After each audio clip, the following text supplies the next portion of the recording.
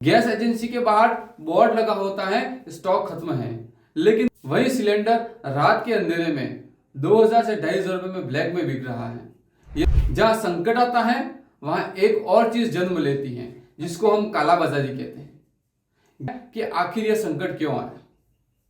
क्योंकि दुनिया के नक्शे पर ईरान और इजराइल के बीच युद्ध शुरू हुआ। मिसाइल यह विडंबना नहीं तो और क्या है। नमस्कार, मैं हूं Sandeep Kumar Joshi, founder the Sandeep show. क्या आपने कभी गौर किया कि आज के हिंदुस्तान की सबसे बड़ी पहचान क्या बनती जा रही है? हमारी अर्थव्यवस्था? नहीं। हमारी तरक्की की कहानियां? नहीं।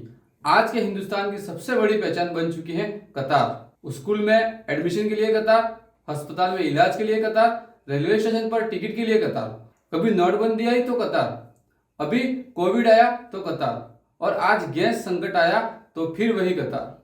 लगता है जैसे इस देश की हर समस्या का एक ही समाधान ढूंढ लिया है, लाइन में लग जाओ।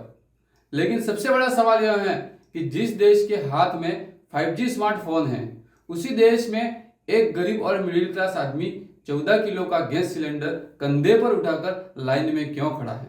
मोबाइल पर गैस बुकिंग 1 सेकंड में हो जाती है, लेकिन सिलेंडर पाने में 3-3 दिन क्यों लग रहे हैं? जहां हमने उज्ज्वला योजना के साथ धुएं से मुक्ति का सपना देखा, आज वही कई जगहों पर लोग फिर से लकड़ी और मिट्टी के चूल्हे जलाने को मजबूर हो रहे हैं। सोचिए, एक तरफ भारत चांद पर पानी खोज रहा है और दूसरी तरफ रसोई में आग जलाने के लिए लोग लाइन में खड़े हैं। यह विडंबना नहीं तो और क्या है? अब सवाल उठता है कि आखिर यह संकट क्यों आया? क्योंकि दुनिया के नक्शे पर ईरान और इजराइल के बीच युद्ध शुरू हुआ। मिसाइल वहां गिर रही है, लेकिन उसकी आग हमारे घर की रसोई तक पहुंच रही है। सच यह है कि भारत अपनी जरूरत का बड़ा हिस्सा खाड़ी देशों से आने वाली गैस और तेल पर निर्भर करता है।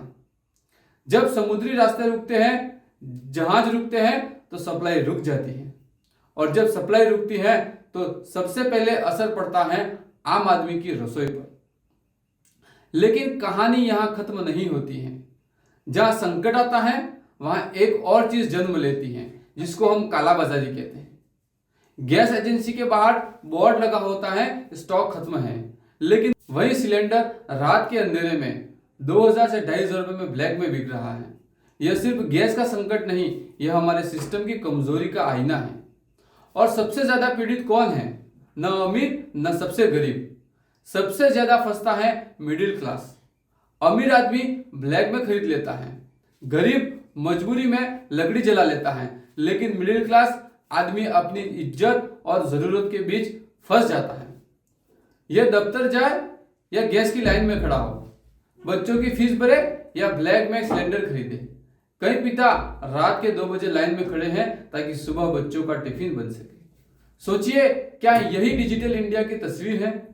यह एक शहर की कहानी नहीं, बस्ती से लेकर गांव तक, शहर से लेकर राजधानी तक, छोटे कस्बों से लेकर महानगरों तक, आज कई जगहों पर वही तस्वीर दिखाई दे रही है। लंबी कतारें, लोगों में गुस्सा और बेबस लोग।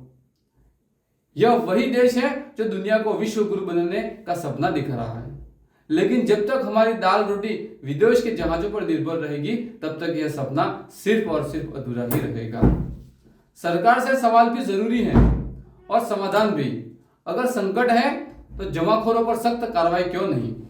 अगर गैस की कमी है तो आपातकालीन स्टॉक कहां है? अगर डिजिटल इंडिया है तो डिलीवरी सिस्टम इतना कमजोर क्यों है? क्योंकि सच यह है कि संकट उतना बड़ा नहीं होता जितना बड़ा बना देते हैं कालाबाजारी और लापरवाही। लेकिन एक बात हमें भी याद रखनी चाहिए, भारत की ताकत 140 करोड़ लोग हैं। यह कतार हमारी मजबूरी नहीं, हमारी सहन शक्ति है।